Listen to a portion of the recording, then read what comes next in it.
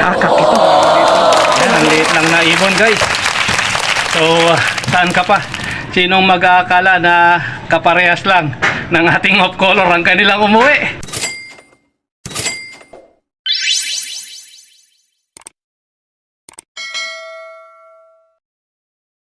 So guys, ito, habangan tayo guys sa Calbayog Samar, Northern Samar na tayo guys, sa siklap ng ating SDR, no?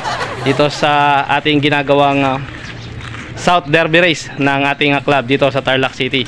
So guys, malalaman natin, ang inabangan natin ay isang complete clock at isang medyo butas ng konti. Pero sabi ko nga, isa lang ang mananalo sa laban na ito guys. So ano man ang kainat na nito, nawa ay pala rin tayo na may dokumento natin na maganda ang pag-arrive ng ibon dito sa ating kaibigan. One eternity later. Eto nga guys, at tuwang-tuwa ang ating mga kaibigan habang ikinakargapan la ang kanilang dalawang mga ibon sa race ng Calbayog Samar. So enjoy na enjoy ang ating mga pamangkin upang sa ganon ang kanilang mga ibon ay mapatunayan kung ano ang merong kakayahan ang mga ito. So stamping na nga sa Calbayog Samar ang ating mga pamangkin na ito. Siyempre, verification muna para sa magandang record ng ating mga coordinators sa mga ring number ng ating mga ibon bago ito tuluyang isakay at ipasok sa loob ng crate na magdadala sa ating destination sa Calbayog Samar.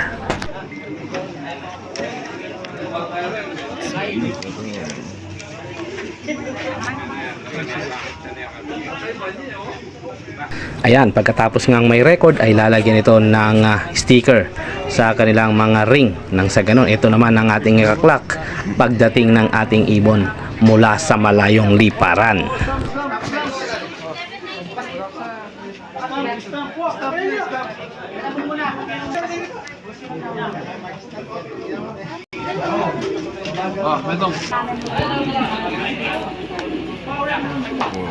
At sumunod naman dito guys ang ating day clocker na red bar.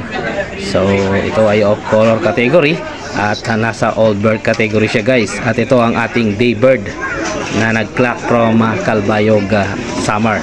Yan guys, at isasakay na nga at syempre lalagyan ulit ng pabaon na tatak. Nangangahulugan lamang na ikinarga ito sa loading station at natatakan ang ating ibon. Shoutout po kay Sir Romel Jabar, napakagwapo ng ating ka-birthday. A few moments later. Actually guys, tingnan nyo naman ang area ng pag-aabangan natin, no? Clear na clear. Isa lang ang tutungtungan ng ibon kung sakasakali. Ayun, ang tower. Naku po, mukhang alagaan ng mga falcon ang lugar na ito. Pero dyan lang dadapo ang ibon natin guys na hinihintay. So anong color ang inaabangan natin ngayon? Brown tsaka blue bar. Wow, isang off color at saka isang blue bar guys. So nawa ay swerte ang inyong lingkod B-Finest World upang sa ganun ay may pakita naman natin ang dokumentaryong ito na napakaganda. Arrival from Calbayog, Northern Samar.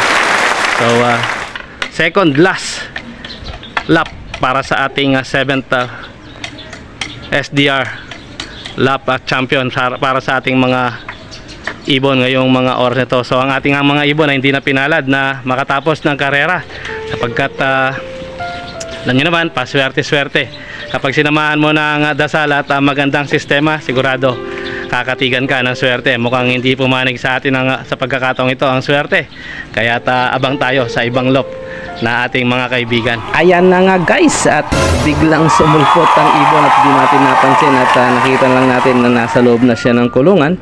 Ayan nga, at naiklock na ng ating mga pamangkin. Kita nyo naman at wala talaga sa lop ang basihan guys para makapag-clock ka ng Calbayog. At ang puhunan nila ay gandang lalaki lang. Ayan, kita nyo naman.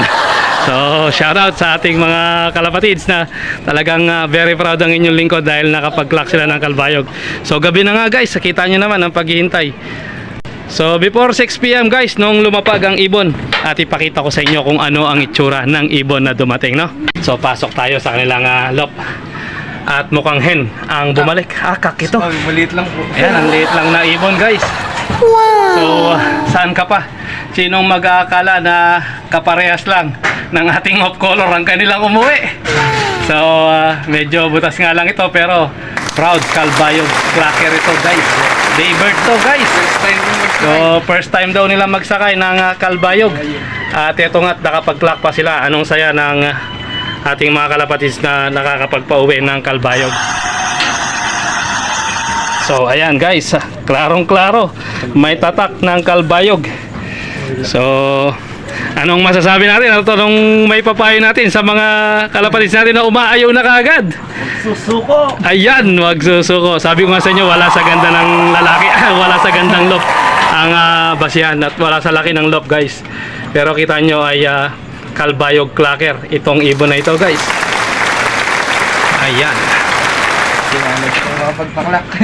Pinalad na makapagpaklak. Hindi guys, at nasa sistema talaga yan. Kapag katutok ka sa inyong mga ibon, sabi ko nga sa inyo, at kapag ka nakukuha nyo ang sistema, ituloy-tuloy nyo lang dahil dun ka bibigyan ng magandang record ng inyong ibon.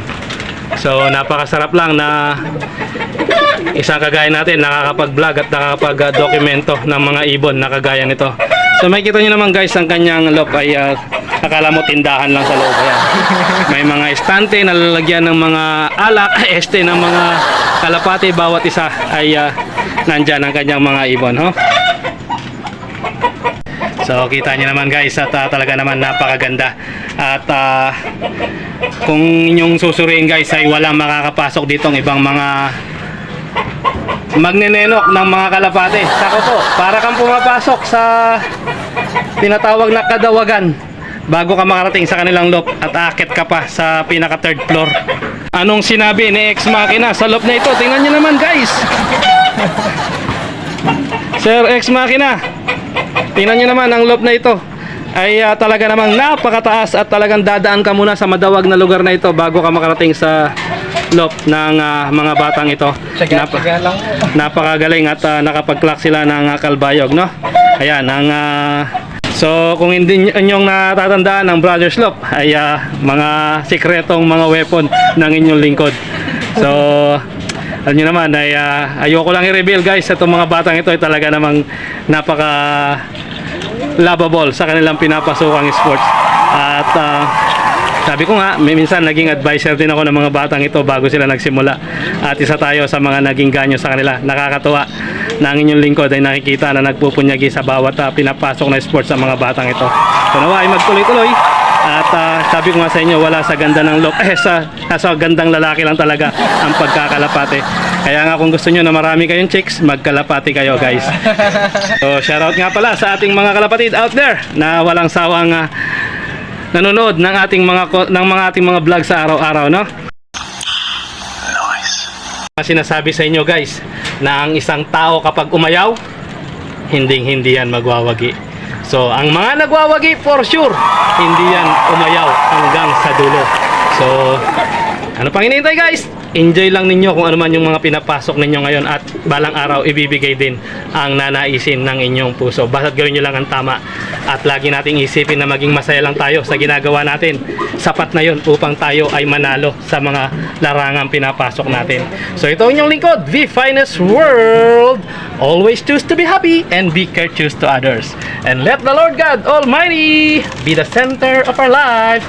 Bye for now and God bless. Bye-bye.